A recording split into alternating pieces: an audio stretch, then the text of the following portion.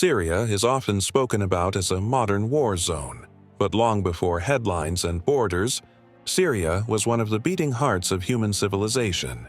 Thousands of years ago, while much of the world was still nomadic, people in what is now Syria were already building cities, writing laws, and trading across continents. One of the least talked about facts is that Ugarit, an ancient Syrian city, gave the world one of the earliest alphabets around 1400 BCE. Not symbols or pictures, but letters. The system that eventually shaped Greek, Latin, and even the English alphabet traces its roots back to Syrian soil. Every text message, every book you've read, quietly carries that legacy. Syria was also a bridge, not a barrier. For centuries, it connected Asia, Africa, and Europe. Damascus, one of the oldest continuously inhabited cities on Earth, was already thriving when Rome was still young. What most people don't know is that Damascus had advanced water systems, public baths, and hospitals centuries before many European cities. The idea of organized urban life wasn't borrowed here. It was refined. Another hidden chapter. Syria was a center of religious coexistence long before the modern concept existed. Pagan temples stood beside early churches, which later stood beside mosques.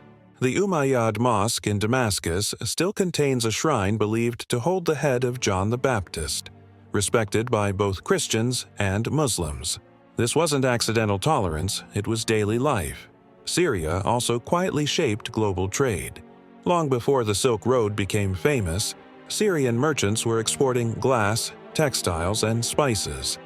In fact, Roman glassmaking techniques were perfected in Syria, and Syrian glass was so valued that it was found as far away as Britain. Even resistance has deep roots here. When empires came, Assyrian, Roman, Byzantine, Ottoman, Syria absorbed them, reshaped them, and survived them. It was never just conquered, it endured. And perhaps the most emotional truth is this: the Syria we see today is not broken by history. It is wounded by forgetting. Beneath the rubble lie libraries that taught the world to think, cities that taught it to live together, and voices that once shaped humanity's direction. Syria's story isn't only about loss. It's about how much the world owes a land it rarely understands, and how history itself began, quietly between the stones of Damascus.